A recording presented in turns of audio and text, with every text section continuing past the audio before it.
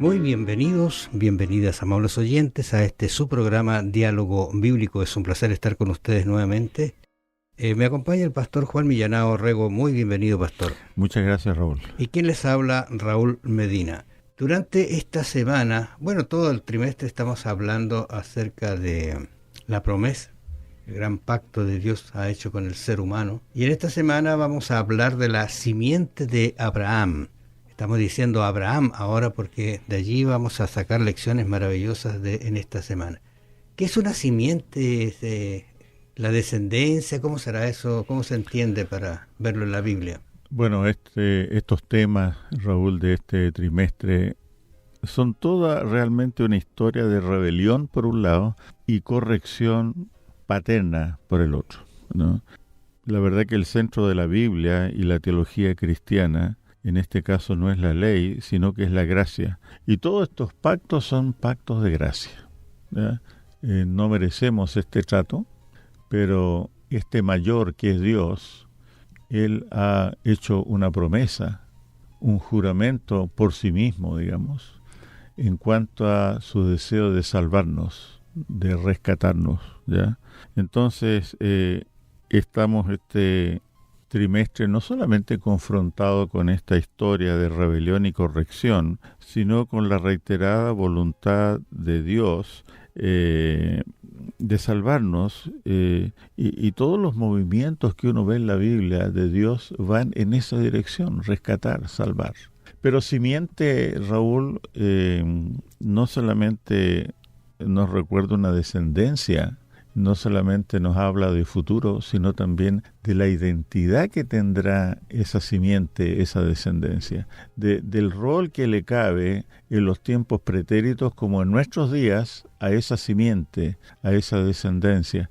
Así que yo diría que hay dos palabras clave aquí también, que es en este caso la identidad y el papel del verdadero Israel de Dios. Nota que no estoy diciendo Israel a secas, sino que un Israel de Dios, es un Israel espiritual, aquel que está conformado ya por la iglesia cristiana. Esos dos papeles queremos verlo más de cerca en esta semana. Lógicamente el tema es muy amplio, hermosísimo en realidad. Así que lo invitamos para que usted los textos que aparecen, que digamos los repase, vea el contexto también. Vamos a hablar de la simiente especial que Dios tenía, la herencia de la simiente desleal, el resto de la simiente y por último la simiente espiritual que todavía has mencionado. Fíjate, el centro está en 1 de Pedro, capítulo 2, versículo 9, dice, y es hermosísimo este texto en este contexto de lo que vamos a conversar nosotros. Mas vosotros, dice, sois linaje escogido, real sacerdocio, nación santa, pueblo adquirido por Dios, para que anunciéis las verdades o las virtudes de aquel que os llamó de las tinieblas a la luz admirable. ¿Qué contraste se ve en el texto? Por un lado, una simiente escogida, sacerdote, adquirido, pero para un propósito. Claro. No para quedarse con eso. Esta elección está en función de una misión, ¿ya? Esa misión, dice, entonces, es que anunciéis las virtudes de aquel. Nota que no son las virtudes de un código, no son las virtudes de una enseñanza, son las virtudes de una persona. Por eso siempre, la Biblia y la teología cristiana van a hacer hincapié en que la religión verdadera, la religión bíblica, es una relación entre la persona de Dios y cada uno de nosotros. Ahora, el propósito de Dios para su pueblo, en realidad más que todos los pueblos, dice él, encontramos allí en Deuteronomio un texto extraordinariamente hermoso. Esto es pensando en lo que es el pacto que hizo Dios con ese pueblo, ¿verdad? Deuteronomio capítulo 7, versículo 6 dice, porque tú eres pueblo santo, que Jehová tu Dios te ha escogido para hacerle un pacto especial más que todos los pueblos que están sobre la tierra. ¿Qué te parece a ti? Sí, otra vez la insistencia de alguien no para la vitrina, sino alguien para la misión, un pueblo para la misión, ¿no? Te ha escogido para hacerle un pueblo especial, más que todos los pueblos que están sobre la tierra. El texto anterior de Pedro hablaba de real sacerdocio, y hay que tener equilibrio, porque no es que, la tendencia al elitismo siempre en los seres humanos, ¿no? Incluso en el ambiente religioso se construye lo que se llama clericalismo, es decir, el clero, los profesionales de la religión allá arriba, ¿no es cierto?, casi inalcanzables e incomprensibles, y el pueblo, los siervos acá abajo, ¿ya? No existe eso en la Biblia. Todos los cristianos son llamados a ser real sacerdocio, pero no es una cosa de estatus, sino de servicio. Es decir, real sacerdocio significa al servicio real de su majestad en los cielos, al servicio real de Dios, ¿no es cierto? ¿Sabe? Uno podría preguntarse por qué escogió Dios a Israel, ¿eh? Cuando uno mira las culturas de la época, por ejemplo, civilizaciones egipcias y hititas quizás, o caldeos, eran mucho más avanzadas que el pueblo de Israel en su cultura. Entonces, ¿por qué Dios elige a Israel?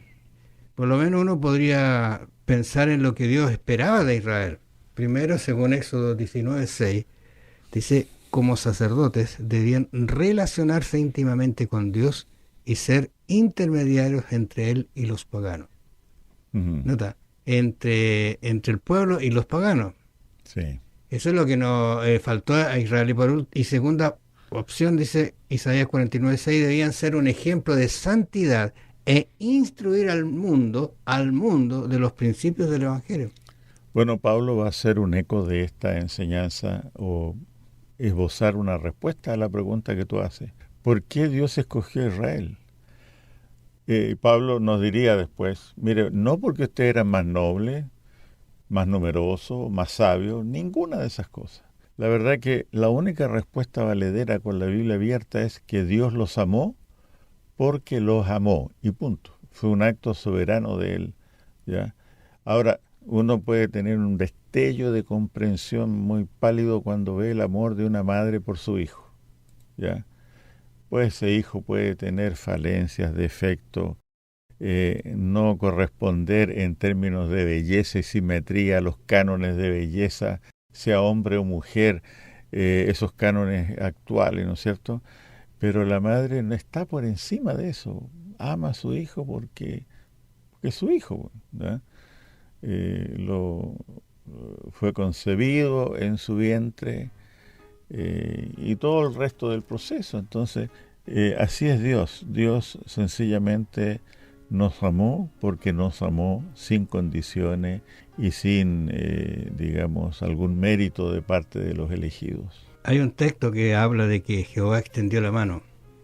Quizá usted lo mire en Ezequiel 16:8, pero eso significa que extiende la mano como para darle la opción a que sea su esposa. Pero cuando habla de la esposa, ¿no es cierto?, es la relación íntima que él quiere tener, quiere casarse con esa mujer que es su pueblo. Se usa la metáfora del matrimonio. Del matrimonio. Sí. Qué interesante, ¿eh? Dice, bueno, puedo leerlo, Raúl, dice, sí. Y pasé yo otra vez junto a ti y te miré.